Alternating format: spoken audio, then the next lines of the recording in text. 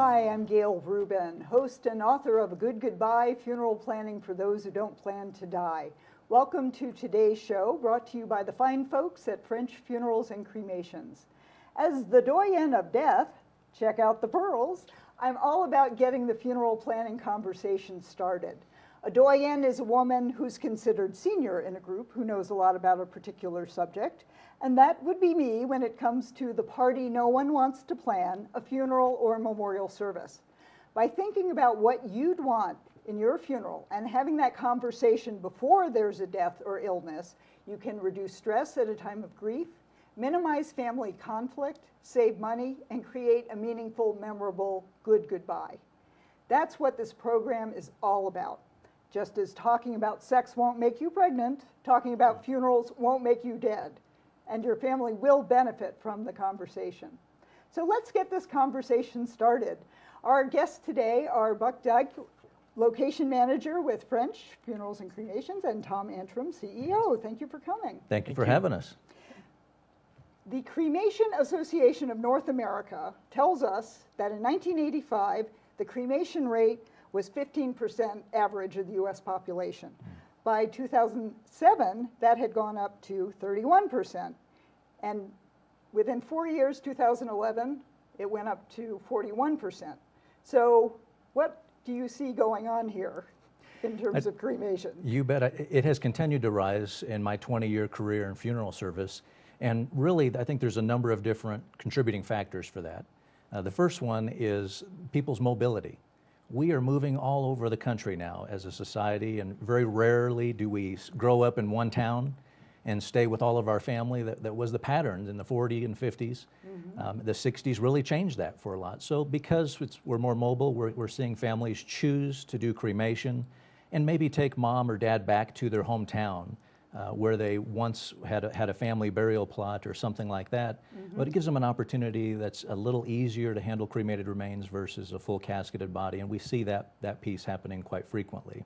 I think the other contributing factor is religious practices.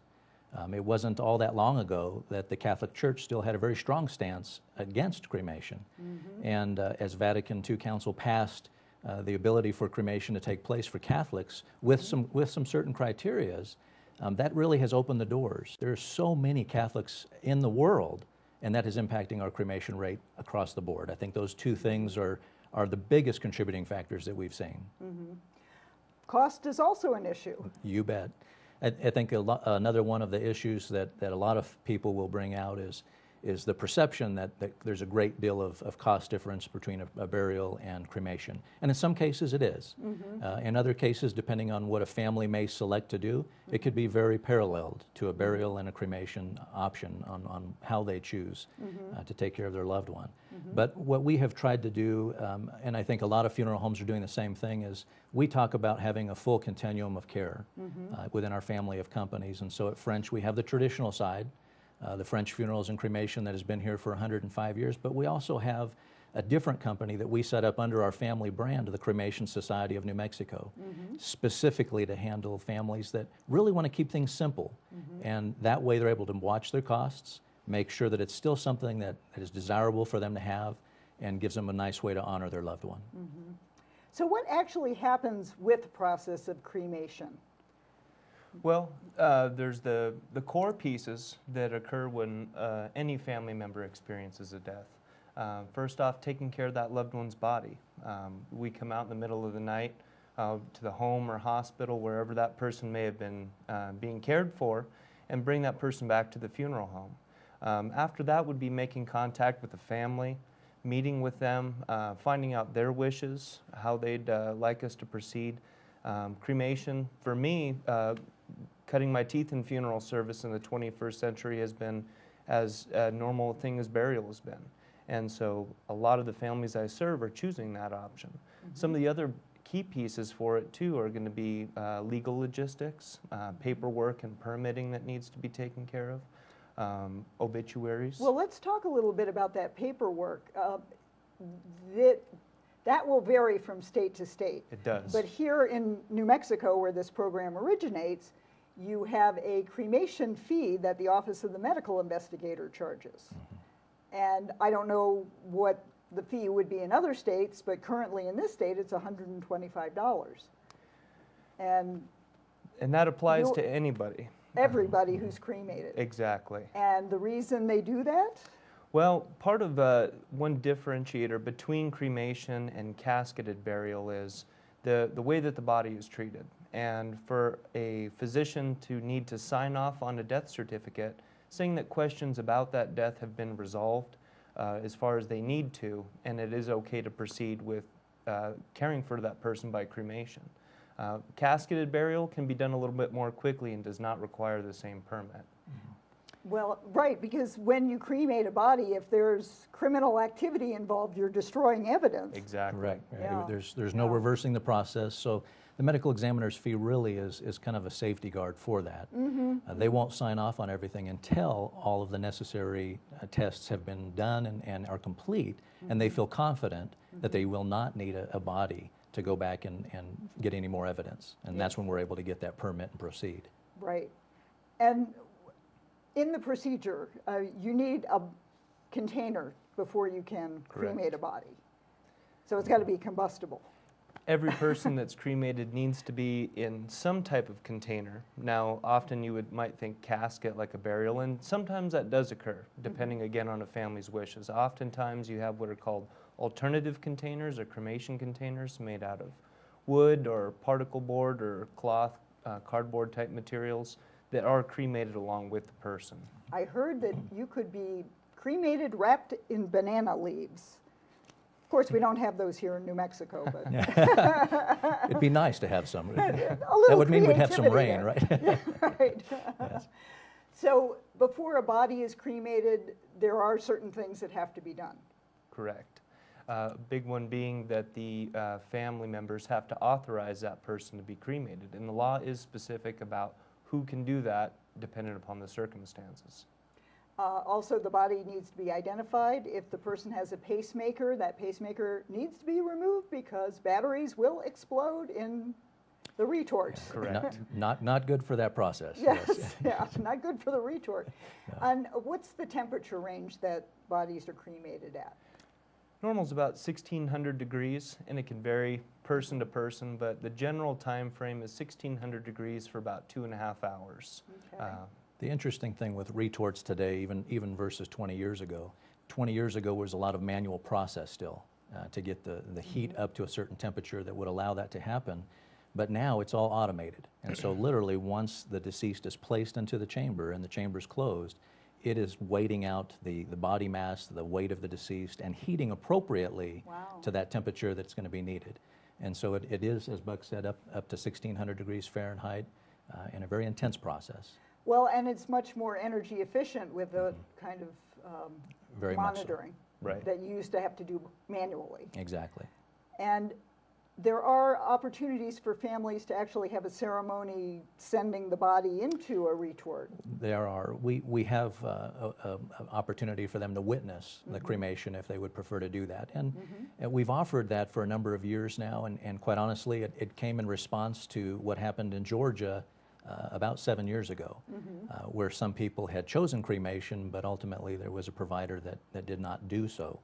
And so we started offering this as an opportunity for families to truly know. Just like we go to the graveside and we're able to see mom or dad be lowered into the ground, we can now watch the actual process of placing mom or dad into the retort. And in some cases, we've had families that have desired to start the retort. And so it gives them a little bit of sense of push the closure, to button. push the button Yeah. and have the machine be activated. Yeah. And so it's a nice way to do it. And again, back to some religious customs, we see some religions that this is the norm for them. Buddhist The Buddhist and Hindu, religion, yeah. many times we will have them all out at our facility that we have a chapel adjoining to the retort, and they'll have a small service, a gathering, their prayers, the chanting, that then is followed by placing the deceased into the retort itself, and it's very healing for them. And so it's a nice opportunity. Great. We're going to take a short break, but when we return, we'll continue our conversation with Buck and Tom on cremation. A Good Goodbye, Funeral Planning for Those Who Don't Plan to Die, is a light touch on a serious subject. The book has everything you need to know before you go. A Good Goodbye helps you reduce stress and family conflict, save money, and create a meaningful, memorable good goodbye. It's available in paperback and all ebook formats through online retailers and at agoodgoodbye.com. Start a conversation today. Welcome back. We're speaking with Buck Dyke and Tom Antrim from French Funerals and Cremations. So let's continue the conversation about cremation. What are some misconceptions people have about cremation? Quite a few come up on and off the clock. I get questions from people about that. A lot of people often think it's a very immediate process, and as we had talked about with the permitting and legal paperwork that needs to come along, you're looking at an average of anywhere from 2 or 3 days before that occurs to even up to a longer time period, again, depending on the situation of that family. Additionally, I think a big one that comes out is I have the power of attorney. That expires at death. Yes. So they can't sign for that person, so we go back to what the law states as far as who is able to sign for them to be cremated. And you can self-authorize your own cremation if you plan ahead. That's exactly right. Yeah. And we love that when it's happened that way, because it takes out a whole element of research that it's involved in finding the correct person to authorize cremation. Gail, I'd also add to Buck that another misconception is what cremains are, or cremated remains really are. And as a disclaimer, I'm going to get a little bit graphic. Is that okay? That's okay. All right. Go for it. So in the cremation process, literally all of our body, our skin, our hair, the fluids that are inside of us are fully incinerated in that process. And all that's left, all that remains is our bone and our bone fragment pieces. And so that is truly what cremated remains are. And we hear out in social events, or when we have students that come in, that we provide many classes for CNM and UNM and many other educational institutions, where they want to talk about what cremated remains are, and many of them think, well, yeah, my hair's going to be in there, or and that's going to be the furthest thing from the truth. So it is a misconception that we talk about frequently. And then those bone fragments are pulverized, and Correct. any metal, Into very hip small pieces. replacements, fillings are Correct. Those are all screened removed out. and Yeah. screened out. And, Yeah. and as you said, pacemakers are removed before the process, Yes. hopefully. But other things do go through the cremation process and then are removed. Yeah. And a lot of people want to scatter ashes. What advice would you offer in terms of scattering cremated remains? You know, I think scattering cremated remains is an option that many families like to have, and we've seen it in our business many times, and even in our own families.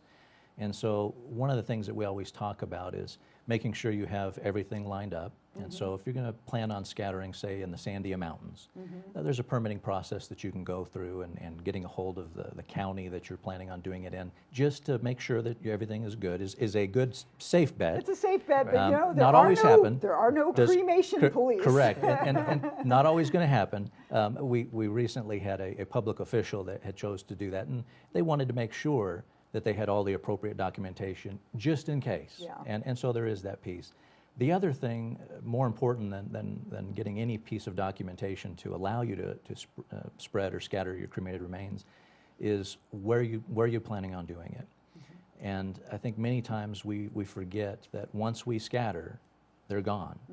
And so just having the thought process of, do I want to go back to a place where I know Dad is every single time?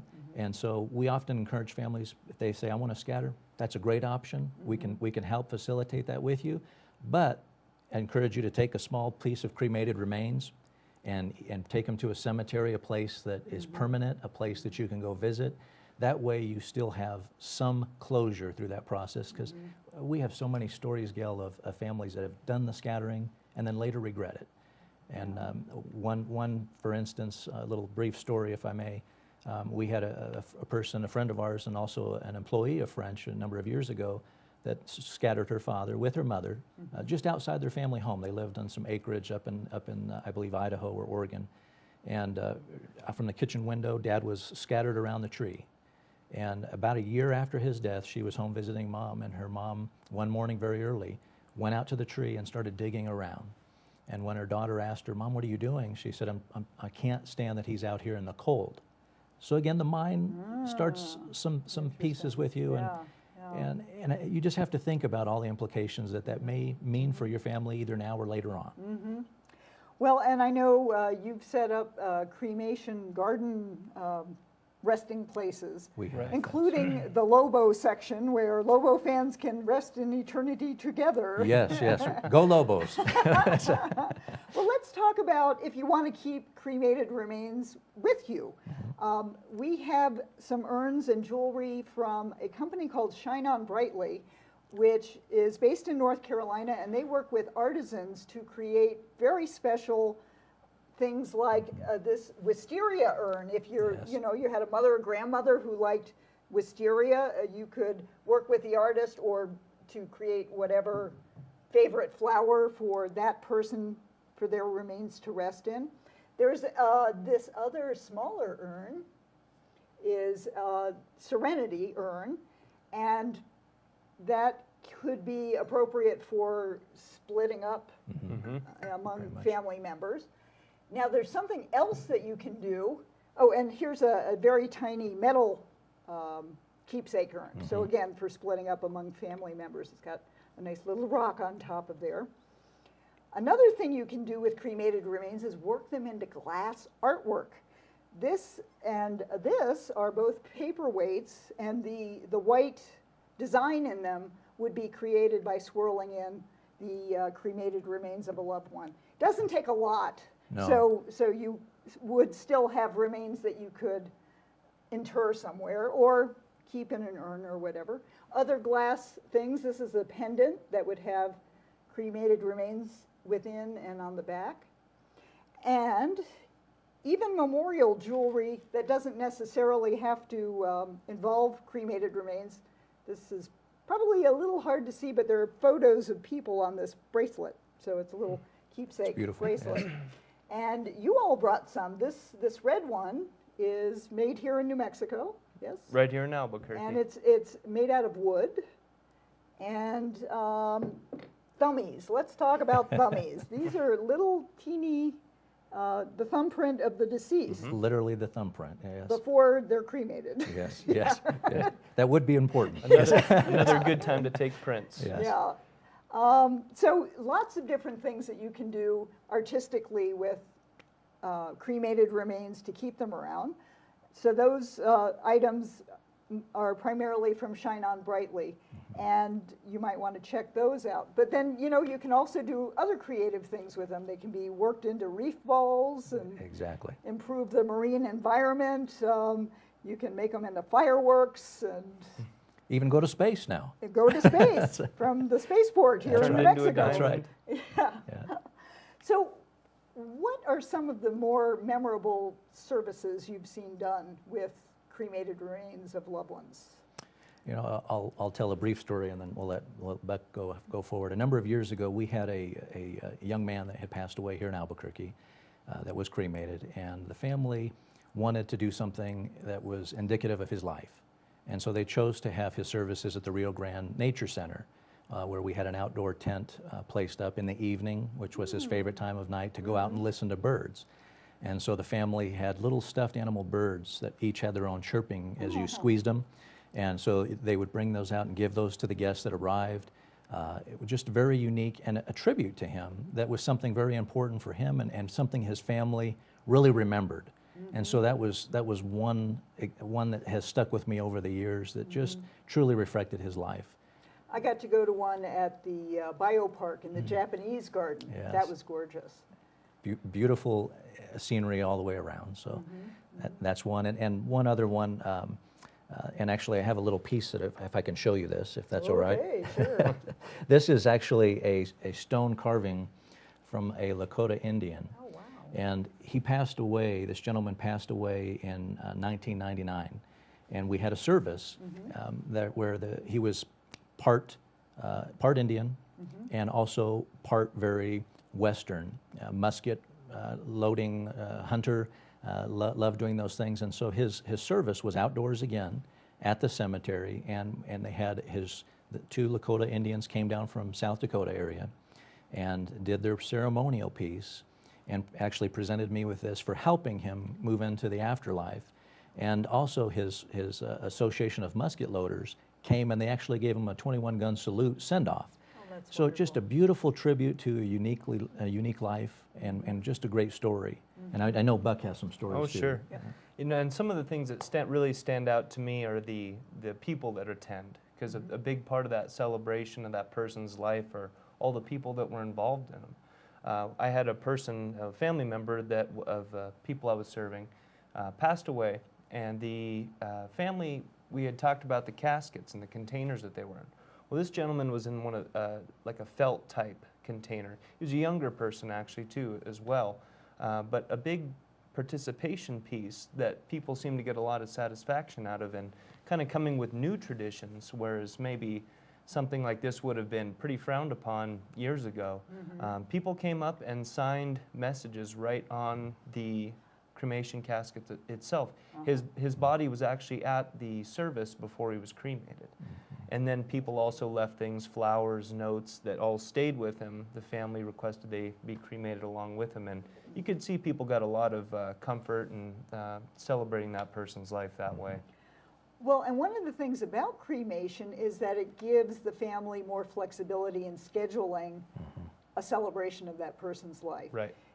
If it happens at some point that, it's the dead of winter and, travel is difficult, or kids are in school or whatever, having a cremation and then scheduling a memorial service at a time when everybody can come together, it gives you that flexibility. Exactly. And you want to allow the family to have the opportunity to be there, because that's an important part to say goodbye to someone.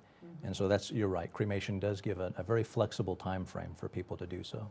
Yeah. Any last tips you'd like to offer on the topic?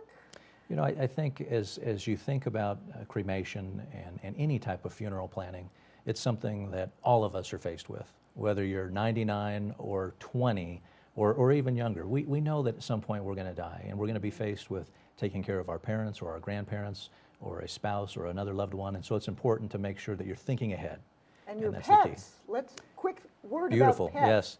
Very often pets are cremated. They are, and Correct. as part of our continuum of care under the French family of companies, we have Best Friends Pet Cremation Services and Best Friends Forever Cemetery, and we cremate about 3,000 pets a year, and it's something that is very important to those. I'm an animal lover myself, have 2 dogs, and they have their cemetery plots already taken care of. But you can actually be buried or niched with your pet at Best Friends. You can. Which is pretty unique in the country. I only know of one other cemetery where you can do that. Exactly, and we have some families that absolutely love it, and others that may think it's strange, but that's what's wonderful about the world, is we can find places to honor somebody's life very uniquely all the way around. Absolutely. Well, thank you so much to our special guests today, Buck Dyke and Tom Antrim with French Funerals and Cremation, and a big thank you to the French family of companies for supporting this program. Join us next week as we discuss cemetery questions and answers.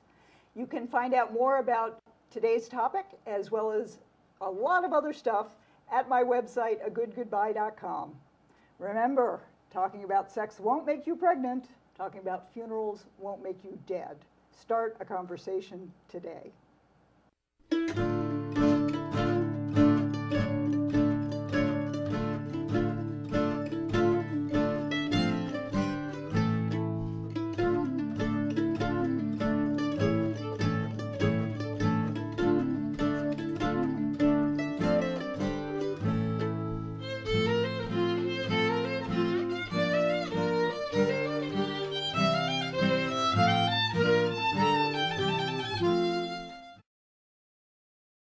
The first question a funeral director will ask you is, do you know what kind of arrangements you'd like to make? It seems like an easy question, but if no one close to you has died and you've never thought it through, making final arrangements for yourself or someone you love can quickly become an overwhelming financial adventure. Take control of your money and emotions. This DVD will show you how. Become an informed consumer of final arrangements and funeral costs. Available at agoodgoodbye.com. Another holiday, graduation, promotion, anniversary, and of course, the birthdays. When you add all these events together, life can seem like one big celebration. At French Funerals and Cremations, that's exactly what we think life should be, a celebration. Since 1907, the French family has been committed to celebrating life. When it comes to celebrating a loved one's life, we welcome you into our home, and we're here to help with the planning and details.